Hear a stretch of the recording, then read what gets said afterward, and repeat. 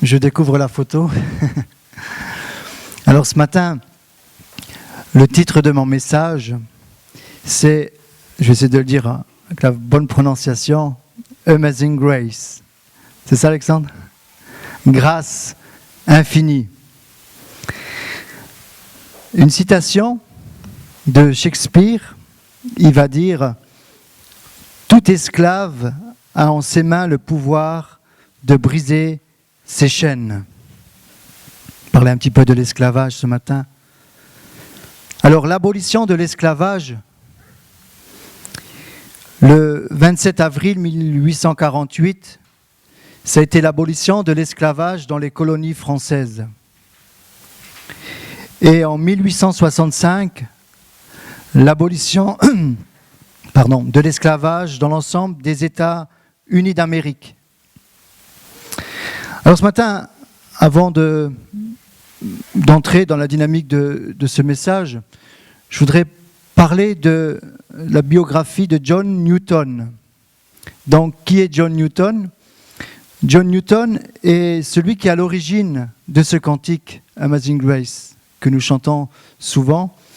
Et j'avais une fois regardé un petit peu sur le Top Chrétien et j'ai vu son témoignage et je me suis dit ça serait quand même bien d'en parler aussi à l'Église parce qu'on ne connaît pas trop son histoire. Alors je vais lire un petit peu sa biographie. John Newton est né à Londres en 1725 d'un père capitaine de navire marchand. Dès l'âge de 12 ans, il travaille sur le navire de son père. Après quelques années dans la marine, j'ai essayé de suivre, voir si Sidney il affichait, donc c'est bon, vous pouvez me suivre alors, c'est bien. Merci Sidney. Alors je reprends. Après quelques années dans la marine royale britannique, il devient assistant puis capitaine de navire marchand d'esclaves. Le 10 mai 1748, lors d'une nombreuse traversée qu'il fera sur l'océan Atlantique, il échappe de justesse à un naufrage provoqué par une très violente tempête. Cette expérience marque un tournant dans la vie de Newton qui se tourne vers Dieu. Il se convertit l'année suivante, mais il est contraint de se livrer encore quelques années au trafic d'esclaves. Il renonce à naviguer en 1755 et occupe le poste de surveillant des marées à Liverpool. Souhaitant se racheter de tout le mal qu'il a pu faire en travaillant à la traite des Noirs, il demande à rentrer dans les ordres. En 1764, on lui propose le poste de prêtre anglican à Olney, Buckinghamshire, où il exerce un ministère fécond pendant 15 ans. 4 ans après son arrivée, le poète William Cowper vient également à Olney. Dès lors, une grande amitié va unir les deux hommes. Ensemble, ils vont composer un grand nombre de cantiques connus aujourd'hui sous le nom de Cantique d'Olney. C'est dans ce recueil que l'on trouve le fameux cantique Amazing Grace, qui évoque sa conversion. Stupéfiante grâce, combien doux est le sang qui a sauvé le misérable que j'étais. Autrefois j'étais perdu, mais maintenant je suis retrouvé. Autrefois j'étais aveugle, mais maintenant je vois. Si le texte est certainement de John Newton, la musique ne l'est probablement pas. Il semble qu'il s'agisse d'un air populaire irlandais ou écossais. En 1779, John Newton quitte Olney et devient le recteur de l'église Sainte Mary à Wilnote, Londres. À cette époque, le tout nouvel oratorio de Handel, le Messie, remporte un vif succès. Et Newton prêche une série de sermons qui deviendront célèbres sur les paroles de la Bible qui constituent le livret de l'oratorio. C'est à l'issue d'un de ces sermons que le jeune William Wilberforce, 1759-1833, vient lui demander conseil. Or, c'est celui-là même qui, devenu plus tard membre de la Chambre des communes, obtiendra la suppression de l'esclavage dans l'Empire britannique. C'est ainsi que sur la fin de sa vie, John Newton jouera un rôle prépondérant dans la campagne politique de Wilberforce qui aboutira à la suppression de l'esclavage sur tous les territoires dépendant de la couronne britannique. Bien que devenu aveugle, Newton continuera de prêcher jusqu'à la fin de sa vie. Il s'éteint à Londres le 21 décembre 1807. Juste avant sa mort, John Newton dira « Ma mémoire me quitte, mais il y a 2 choses dont je me souviens. C'est que je suis un grand pécheur et que le Christ est un grand sauveur. » Amen. Ce matin, j'aimerais parler d'un autre esclavage qui également a été aboli. La Bible parle d'un autre esclavage, c'est celui du péché. Je pense qu'il est important de donner la définition de ce mot péché. Il me semble qu'il est souvent mal compris ou mal utilisé, et je pense qu'il est bien de revenir sur l'étymologie de ce mot, et également sur la définition de ce mot esclave, pour bien comprendre ce que je veux dire. Alors la définition d'esclavage, de l'esclave, l'esclavage est l'état d'une personne qui se trouve sous la dépendance absolue d'un maître, qui a la possibilité de l'utiliser comme un bien matériel. Il est la privation de la liberté de certains hommes par d'autres hommes, dans le but de les soumettre à un travail forcé, généralement non rémunéré. Juridiquement, l'esclave est considéré comme la propriété de son maître. À ce titre, il peut être acheté, loué ou vendu comme un objet. Avant de donner la définition de péché, j'aimerais vous dire que le parallèle que je veux faire ce matin, c'est de vous dire que de la même manière que tous les esclaves de l'époque ont profité de cette loi de l'abolition de l'esclavage, il y a également, au travers de ce qu'a fait cet homme, il y a plus de 2000 ans, Jésus, il est venu abolir également une autre loi de l'esclavage, mais c'est la loi de l'esclavage du péché. Il y a à peu près 2000 ans que cela s'est fait. En quelque sorte, l'abolition de la loi de l'esclavage du péché a été signée à la croix. Je vais lire quelques passages de la Bible pour mieux étayer ce message. Dans Ésaïe 53, verset 5, il nous est dit, donc c'était un prophète qui, plus de 700 ans avant l'arrivée de Jésus, va prophétiser sur ce qui allait arriver. Et il va dire par l'Esprit, « Mais il était blessé pour nos péchés, brisé pour nos iniquités. Le châtiment qui nous donne la paix est tombé sur lui. Et c'est par ses meurtrissures que nous sommes guéris. » Un autre passage dans 1 Pierre 2, 24. « Lui qui a porté lui-même nos péchés en son corps sur le bois, afin que, morts au péché, nous vivions pour la justice, lui par les meurtrissures duquel vous avez été guéris. » Donc, Jésus est le moyen de Dieu pour nos vies. Amen. Dieu affirme que le péché nous sépare de lui. C'est pour ça que j'insiste ce matin sur ce mot péché et je vais arriver à la définition. Donc, si on comprend cela, on va comprendre ce matin les raisons pour lesquelles, bien souvent, lorsque nous prions, nous rendons compte que ça ne monte pas plus haut que le plafond, où on se dit, mais je ne comprends pas Dieu, il ne me répond pas. Voilà. Et au travers de ce que nous dit la Bible, je pense qu'il y a un chemin qui peut s'ouvrir pour que nous puissions aller à sa rencontre. Donc je disais, Ésaïe 59 nous dit, Dieu affirme que le péché nous sépare de lui. Au verset 1, « Non, la main de l'Éternel n'est pas trop courte pour sauver, ni son oreille trop dure pour entendre. Mais ce sont vos crimes qui mettent une séparation entre vous et votre Dieu. Ce sont vos péchés qui vous cachent sa face et l'empêchent de vous écouter. Maintenant, je voudrais donner la définition de ce mot péché. En hébreu, il nous est dit, c'est ceux qui manquent le but. Manquer le but, manquer la cible.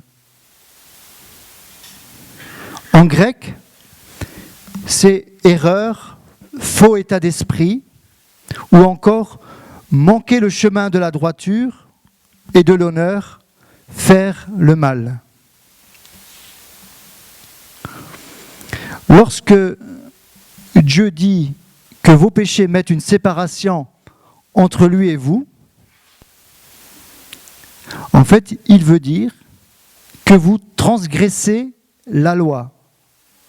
Je sais que c'est un sujet qui n'est pas facile ce matin, mais il me semble important.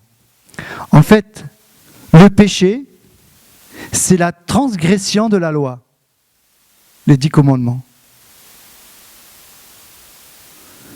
La transgression de la loi de Dieu.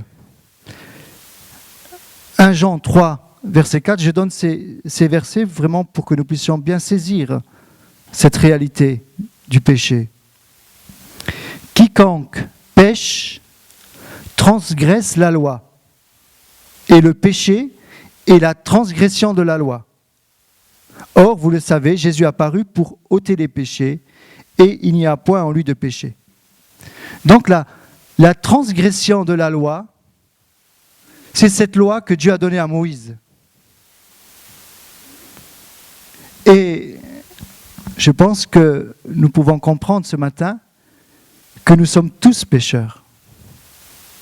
Est-ce qu'il y en a un parmi nous ce matin qui pourrait dire, moi, je n'ai pas de péché, je réussis à pratiquer les 10 commandements. S'il y en aurait un qui serait capable de le dire, à ce moment-là, on pourrait dire qu'il n'est pas pécheur.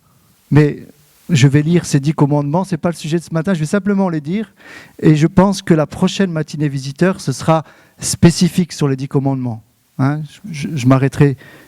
Mais ce matin, j'ai vraiment voulu, au travers de cette idée de l'esclavage, de vous dire que nous sommes tous pécheurs et tous privés de la présence de Dieu, de la gloire de Dieu.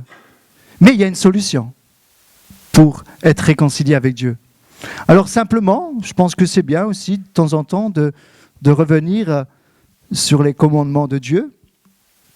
Alors je vais les lire sans faire de commentaires.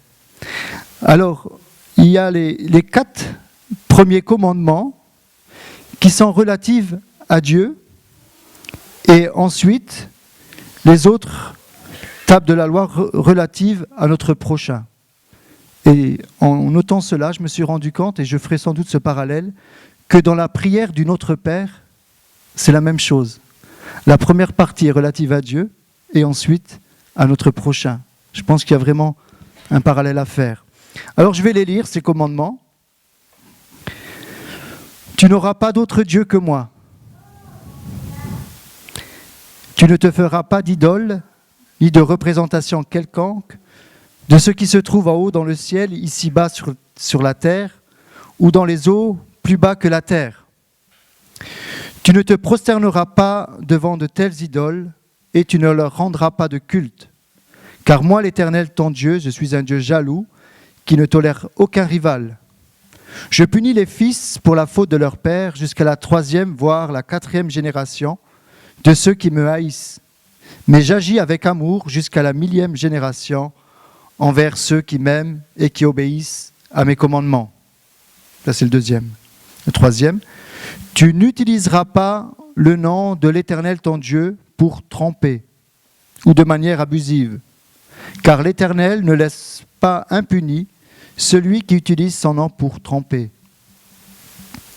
Pense à observer le jour du repos ou sabbat, et fais en ce jour consacré à l'Éternel. Et fais-en un jour consacré à l'Éternel. Tu travailleras 6 jours pour faire tout ce que tu as à faire, mais le 7e jour est le jour du repos, consacré à l'Éternel ton Dieu.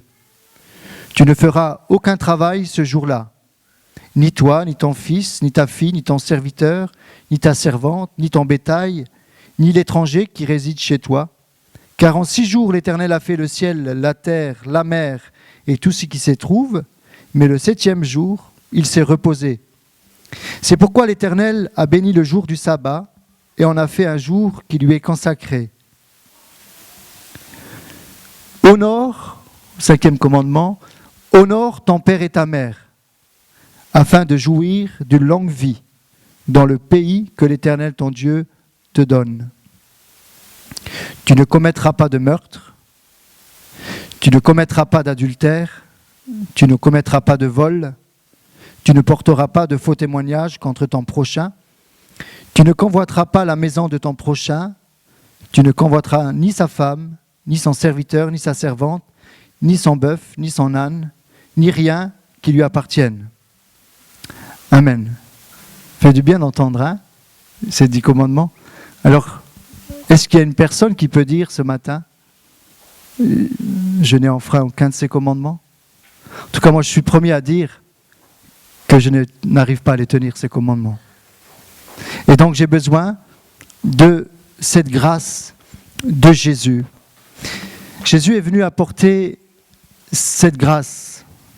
Il savait que c'était pas possible de tenir tous ces commandements. Et aujourd'hui, Jésus s'est fait pécher à notre place. Il a pris sur lui nos manquements, nos misères, nos péchés, tout simplement. Il les a portés à la croix et en les prenant sur lui, ça a été un petit peu comme un paratonnerre.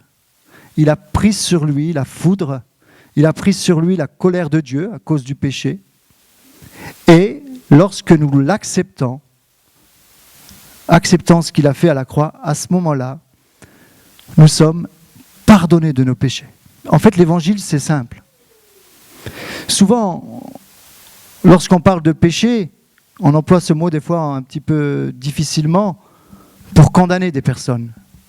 Ou certaines personnes vont nous dire « Oui, mais moi, j'ai jamais volé, j'ai jamais tué, j'ai jamais même fait de mal à une mouche. » Tant mieux pour les mouches.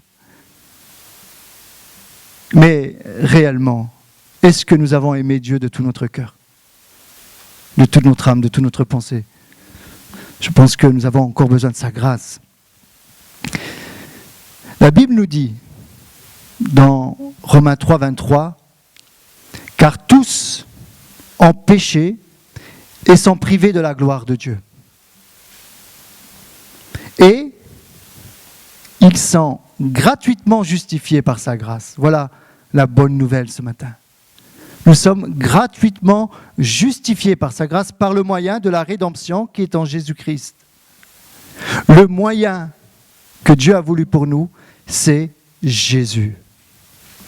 Jésus qui nous réconcilie avec le Père. Alors, je trace un tableau quand même difficile ce matin. Alors on va se dire, mais on est tous pécheurs. Que faire? Comment s'en sortir? Dieu nous a donné un programme pour cela, un plan précis. En premier lieu, nous devons admettre que nous sommes pécheurs. Admettre notre péché, que nous sommes, je dirais, à côté de ce que Dieu a voulu pour notre vie.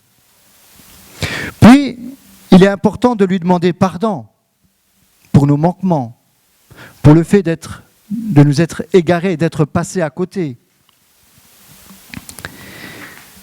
Lui demander pardon, mais accepter son pardon également.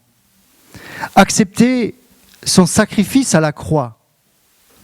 Accepter qu'il est mort à notre place.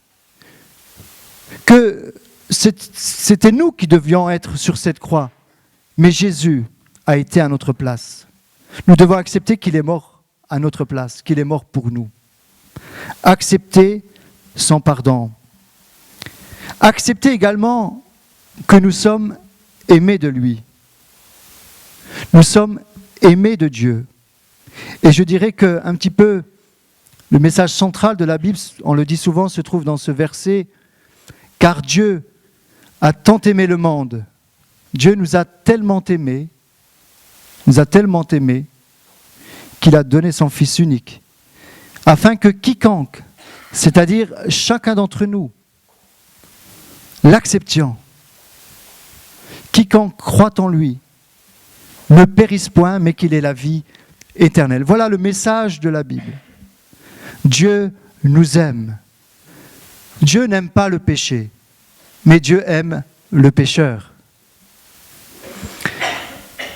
Pour en revenir à John Newton, il a dit, avant de mourir, avant de perdre sa mémoire, parce qu'il commençait à perdre sa mémoire également, il va dire la chose suivante, il y a 2 choses dont je me souviens.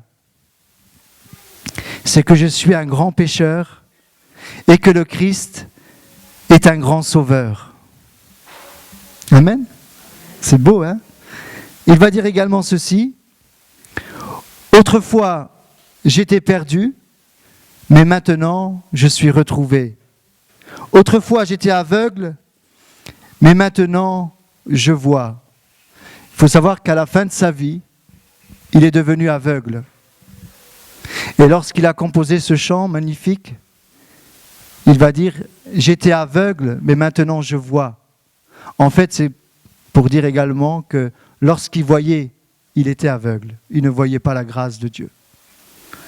Et lorsqu'il est devenu aveugle, il s'est dit « Maintenant je vois Dieu », tout en étant aveugle. C'est vrai que, comme je le disais, ce n'est pas un sujet facile de parler du péché. Mais j'aimerais dire qu'il y a des conséquences au péché, qu'on le veuille ou non. La Bible parle de la conséquence de nos actes, la conséquence du péché.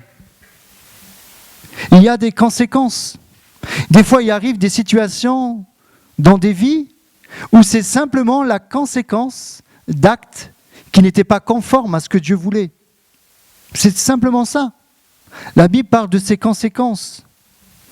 Certains vont nous dire, comme je le disais tout à l'heure, moi je suis comme un enfant de cœur. Je ne vole pas, je ne bois pas, je ne tue pas. Mais j'aimerais dire que, au travers du péché, certains ou certaines peuvent devenir esclaves. Ça devient plus fort qu'eux. C'est comme s'il y a une chaîne à leurs pieds ou à leur vie. Et pour certains, par exemple la pornographie, ils en deviennent esclaves. Ils n'arrivent pas à s'en séparer, ils se sentent liés. Ils ont besoin de leur dose. Ils sont esclaves. On peut être également esclave de la drogue. Je me rappelle de cette personne que j'avais essayé de suivre pendant un moment. Et elle me disait, moi je m'arrête quand je veux. Et encore aujourd'hui, je vous dis ça il y a plus de 15 ans, et encore aujourd'hui, elle est sous cette dépendance de la drogue. Esclave de la drogue. Certains peuvent être également esclaves de l'argent. On ne voit que par l'argent. On oublie l'essentiel bien souvent de la vie. Ce qui compte, c'est boulot, dodo, métro. C'est un petit peu, quelque part, comme une sorte d'esclavage. Pour eux, ce qui est important, c'est de réussir socialement. Avoir une belle maison, une belle voiture. Pour certains, c'est l'objectif de leur vie. De réussir matériellement. Je dirais que c'est bien de réussir matériellement. Mais, comme nous l'avons vu dans ces commandements, si ces plaisirs deviennent une idole, en fait. Vous savez, une idole, ce n'est pas seulement une statue. Hein. Le travail, notre voiture peuvent devenir une idole et prendre la première place. Voilà tout simplement ce que c'est le péché. C'est de ne pas laisser Dieu à la première place. Souvent, c'est subtil, on ne se rend pas compte. On peut être esclave de la colère sans arriver à se maîtriser. Et lorsqu'on en parle, on dit « moi je m'arrête quand je veux, je suis calme ». Mais dès qu'on marche dessus, tout de suite, esclave de la colère. esclaves de l'alcool. Hein, je donne un petit tableau ce matin. Mais je ne veux pas enfoncer ce matin là où je veux insister. Quel que soit le lien que nous pouvons avoir dans nos vies, Jésus nous libère de toutes sortes d'esclavage. Ça, c'est la bonne nouvelle. Il y a une possibilité. Et lorsque nous lisons la Bible, nous voyons que Dieu a toujours envoyé des libérateurs. Lorsque le peuple d'Israël était esclave, Dieu envoie Moïse. Ce peuple esclave depuis 450 ans. Imaginez-vous, Dieu envoie un libérateur. Il va dire, j'ai entendu le cri du peuple. Les douleurs, la souffrance est montée jusqu'à moi. Et Dieu leur envoie un libérateur, Moïse. Et ce matin, j'aimerais vous dire que Dieu nous a envoyé un libérateur. Et ce libérateur, c'est Jésus. Et lorsque nous nous approchons de lui, et que nous osons lui avouer notre tort, ce qui ne va pas en nous, nos dépendances, nos addictions, lorsque nous osons lui avouer, il est juste et fidèle pour nous pardonner, pour nous libérer. Jésus est notre libérateur. Il n'y en a pas d'autre. Il n'y en a pas d'autre. C'est le moyen de Dieu. Ce matin, je vais essayer d'être très basique, très simple, pour vous dire que Dieu nous aime, malgré si nous sommes encore dans cet esclavage. Nous ne sommes pas parfaits, nul n'est parfait, Mario l'a dit plusieurs fois, il n'y a pas un juste, pas même un seul. Et en fait, le péché est entré dans le jardin. Tout a commencé là. Lorsque Dieu a créé Adam et Ève, il ne voulait pas le péché. Il ne voulait pas la souffrance. Il ne voulait pas la maladie. Parce que Dieu aime sa créature. Mais il y a une autre réalité qui bien souvent nous échappe. C'est que avant, lorsque Dieu a créé le ciel et la terre, lorsqu'il a créé le ciel, il a créé les anges. Et il y avait cet ange qui est devenu un ange déchu, Lucifer, qui a voulu prendre la place de Dieu. Et Dieu l'a précipité sur la terre. Et il est venu dans ce jardin. Et il va dire, parce que lui voulait devenir Dieu, il va dire à Adam et Ève, à Ève, si vous prenez de ce fruit, vous serez comme des dieux. Vous serez comme Dieu, comme lui il a voulu être. Et par la séduction, Ève a succombé. Et à partir de ce moment-là, instantanément, les yeux d'Ève et d'Adam se sont ouverts. Et ils ont compris qu'ils étaient nus. La souffrance est venue à partir de ce moment-là. La maladie est entrée à partir de ce moment-là. Mais, tout de suite, Dieu va donner le châtiment au serpent. En fait, le diable est rentré dans le serpent et a parlé. Comme un démon peut rentrer dans une personne et parler. Ça existe. Il est rentré dans le serpent et Dieu va donner la sentence au diable. Et il va dire que tout de suite, dans les premiers passages, il nous est parlé de Jésus. Dans les premiers passages de la Genèse, il nous est parlé de Jésus. Et il va dire que de la postérité de la femme viendra le Sauveur qui t'écrasera la tête et tu lui briseras le talon. Et Jésus a été brisé. Son talon, je dirais, a été brisé à la croix. Mais le diable a perdu le contrôle. Et aujourd'hui, nous avons cette bonne nouvelle, c'est que Jésus et ce second Adam, cette seconde chance. Adam et Ève ont succombé, ils se sont fait avoir. Et nous voyons lorsque Jésus rentre dans son ministère, lorsqu'il commence, nous voyons que l'Esprit conduit Jésus dans le désert. Et nous voyons là aussi que le diable, de la même manière, va essayer de tenter Jésus en lui disant « Tu seras comme Dieu ». Il va lui dire « Si tu te prosternes et m'adores, je te donnerai tous les royaumes qui m'ont été donnés. » Par qui ? Vous voyez, le diable a essayé de tenter Jésus comme il a tenté Adam et Ève, il a essayé de la même manière. Jésus a résisté et il va dire « Arrière de moi, Satan ». Il va prendre les Écritures en disant « Il est écrit » et il va confronter le diable. Ensuite, Jésus va entrer pleinement dans son ministère et il va, comment dirais-je, il va maintenant chasser les démons qui avaient des prises, il va venir les chasser. Il va commencer à guérir les malades, à amener le paradis sur la terre, le royaume de Dieu. C'est-à-dire, comme l'homme devait être dans son état initial, dans le paradis, dans le jardin d'Éden, sans ce mal, sans ce péché, Jésus, en fait, il ramène à nouveau cette réalité en disant à ceux de son époque que s'ils croyaient en lui, ils pouvaient être libérés, ils pouvaient être guéris. C'est la bonne nouvelle. Et Jésus est venu sur cette terre faisant du bien. Et lorsqu'il va mourir à la croix, parce que Jésus est venu pour une mission bien précise sur cette terre, il est venu pour mourir et ressusciter.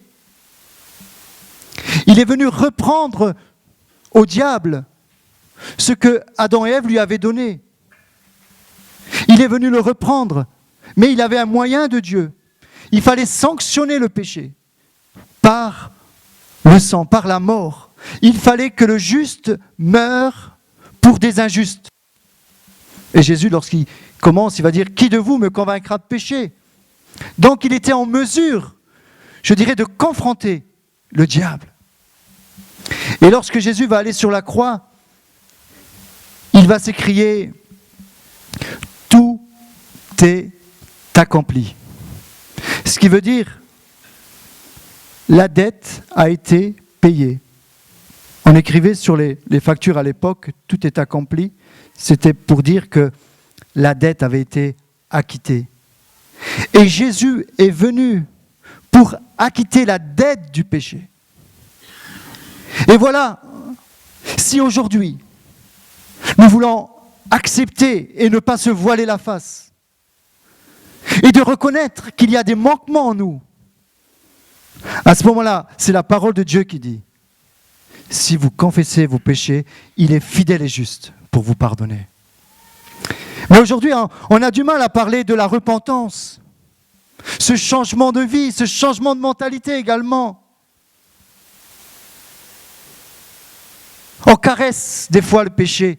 Et des fois, certaines personnes qui viennent à l'église, bien fragiles, bien souvent, on n'ose pas leur dire. Mais ce ne serait pas juste de ne pas dire ce qui est écrit dans la Bible. Nous devons reconnaître devant Dieu que nous sommes pécheurs et que nous avons besoin de quitter le péché et de nous repentir. Sinon, le péché va nous accompagner comme une chaîne, comme un boulet, jusqu'à la perdition. La repentance et le pardon des péchés seront prêchés. Et ce matin, je veux simplement vous dire que Jésus vous aime. Il pardonne vos péchés, mais il nous demande à chacun d'entre nous de nous repentir, de reconnaître que nous avons mal visé, de reconnaître certaines choses au plus profond de nous-mêmes peut-être, où on se dit ça c'était pas tout à fait juste ce que j'ai fait. Oh, peut-être qu'en apparence ça ne se voit pas, mais peut-être au plus profond de vous-même il y a une petite voix qui vous accuse. Et j'aimerais vous dire ce matin que Dieu veut vous libérer de cette voix qui vous accuse. Mais il est important de lui présenter les péchés, de lui présenter nos manquements et de lui dire « Je ne mérite rien.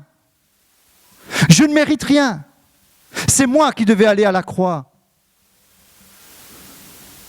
Et lorsque nous passons par de réelles repentances, de réelles conversions, je vous assure que là, la vie avec Dieu, elle est magnifique. Elle est profonde. De vraies expériences avec Dieu. Ce n'est pas seulement le sentimental, l'émotionnel. Ce n'est pas seulement le Dieu de bénédiction. Le Dieu qui répond à mes besoins. Nous allons découvrir un autre Dieu. Pas seulement le Dieu qui bénit. Pas seulement la main de Dieu, mais le cœur de Dieu. Je comprends que bien souvent au début, on s'approche de la main de Dieu. Et c'est vrai, Dieu bénit parce qu'il nous aime. Mais il arrive un moment où nous devons nous approcher du cœur de Dieu. Du cœur de Dieu, de l'intimité, de passer du temps avec lui. Et nous voyons souvent dans la Bible ces hommes de Dieu qui ont été confrontés à la présence de Dieu. Et nous voyons Ésaïe, comme je disais, celui qui a donné cette prophétie. Malheur à moi lorsque Dieu le visite. Je suis un homme pécheur. Mes lèvres sont impures. Aujourd'hui, on se permet de parler facilement de l'un, de l'autre. Oh, on a raison, alors on se permet. Mais on pêche. Et on pêche. On reprend des libertés. Peut-être même parce on est chrétien depuis un certain nombre d'années. Mais devant Dieu, la repentance, je dirais, elle commence le jour de notre conversion, mais elle ne s'arrête pas. Et moi-même, encore aujourd'hui, plus je m'approche de Dieu, plus j'ai besoin de me repentir, plus je me rends compte que devant Dieu, j'en mène pas large. Et je sais que c'est le moyen de Dieu, la repentance, la conversion. Maintenant, beaucoup veulent adhérer aux choses de Dieu. On comprend. Mais si c'est pour être simplement des religieux, nous n'allons pas profiter de tout cet amour que Dieu a pour nous, tout le plan que Dieu a pour nous. La Bible nous dit que Dieu a des plans précis. Nous sommes créés, chacun d'entre nous, en Jésus-Christ, pour accomplir des bonnes œuvres qu'il a préparées d'avance. Chacun d'entre vous ce matin, jeune, moins jeune, Dieu a un plan pour votre vie. C'est à vous d'y entrer. Comment y entrer ? La première chose, je dirais, on y entre à genoux, en reconnaissant qu'on ne peut rien, que toute la gloire revienne à Dieu, et que si Dieu nous utilise, c'est vraiment par grâce. Mais Dieu veut nous utiliser. Dieu veut nous utiliser, chacun d'entre nous. Nous avons tous une mission précise. Mais voilà que sur notre route, il y a plein d'obstacles, il y a plein de péchés qui viennent pour nous empêcher. Pour nous empêcher d'entrer dans le plan de Dieu. La vie avec Dieu, elle est belle. La vie avec Dieu, elle est formidable. Je vous assure, l'évangile, c'est la bonne nouvelle. Lorsque l'on découvre l'amour de Dieu, nous sommes les gens les plus heureux du monde. Nous nous rendons compte qu'il y a d'autres trésors sur cette terre. Et nous pouvons répondre à nos questions existentielles. Qu'est-ce que je fais sur cette terre ? Est-ce que Dieu existe ? Qu'est-ce que je fais là ? C'est quoi ma vie ? À la fin de ma vie, nous l'avons lu, John Newton, à la fin de sa vie, il va dire, je me souviens d'une chose, c'est que Jésus est un grand sauveur et moi je suis un grand pécheur. Tout au long de sa vie. J'étais un pécheur et Dieu l'a touché. Dieu a touché cet homme. Et combien d'hommes ont été touchés et ont reconnu ? J'ai entendu dans sa biographie que avec l'argent qu'il possédait, il a acheté un maximum d'esclaves pour les rendre libres. Nous aussi, nous avons été rachetés de notre vaine manière de vivre. Alors, je ne voudrais pas aller trop loin ce matin, mais simplement vous dire que nous sommes tous esclaves du péché. Imaginez-vous si aujourd'hui, il y aurait encore des esclaves tenus par des chaînes. Juridiquement, on dirait, mais ce n'est pas normal, ce n'est pas juste légalement. Il y a une loi qui stipule qu'il y a eu cette abolition. Pourquoi restez-vous avec ces chaînes ? Ce ne serait pas juste d'avoir aujourd'hui des esclaves. Ce serait être hors la loi. Mais il faut comprendre qu'également, spirituellement, il y a aussi une loi qui dit, une loi spirituelle, qui dit clairement, qui spécifie, c'était un acte qui a été signé, que nous pouvons être libérés de toutes sortes d'esclavage, même de l'esclavage de la dépression. Il y a toutes sortes d'esclavage. Il faut arrêter de se voiler la face. Au fond de nous-mêmes, qu'est-ce qui nous tient ? Qu'est-ce qui nous tient ? Je voudrais vous confronter ce matin, afin que vous soyez complètement libres. Jean nous dit, si le Fils, si Jésus vous affranchit, vous serez réellement libre. Voilà le message, réellement libre, réellement libre. Aujourd'hui, on entend parler de liberté. Mais est-ce que les gens sont réellement libres ? Libres. Libres. Être libre. J'ai un témoignage d'une personne qui me disait « Ah, c'est beau d'être libre. » Passer par un divorce, par des difficultés. Et elle me disait, depuis qu'elle a accepté Jésus, elle me dit « C'est beau la liberté. C'est beau d'être libre. » J'aimerais dire que si au fond de vous-même ce matin, il y a des chaînes qui vous empêchent d'être libre, ces chaînes peuvent être brisées. Brisées. Et c'est vous qui avez cela entre les mains. Et c'est ce que je disais en introduction. Tout esclave a en ses mains le pouvoir de briser ses chaînes. Alors ce matin, tout est entre vos mains. C'est entre vos mains. Je dirais presque, tout est sur votre langue. Tout est dans votre cœur. Si vous l'acceptez, si vous confessez, et si vous osez reconnaître que devant Dieu, nous ne sommes pas justes, vous n'êtes pas juste, tu n'es pas juste. Si vous osez reconnaître, ça va être le début d'une belle aventure, d'une belle expérience. Dieu nous aime et il veut nous libérer de toutes sortes d'esclavages qui pourraient nous tenir liés. Je voudrais m'arrêter là ce matin, m'arrêter là et prier pour ceux qui vont oser dire devant Dieu, je suis un pécheur, j'ai besoin de sa grâce.